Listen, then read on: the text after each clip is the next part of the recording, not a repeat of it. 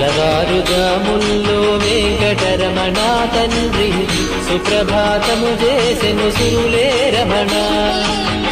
పంచామృతములతో వెంకటరమణ తండ్రి నిత్యాభిషేకములే నిత్యము రమణ. వజ్రమకుటంబుతోను వెంకటరమణ తండ్రి శంకు చక్రధారుడవే తిరుమల రమణ. మూడు నామాలతోను వెంకటరమణ తండ్రి ముల్లోకములు ఏదడి మూర్తి విరమణ.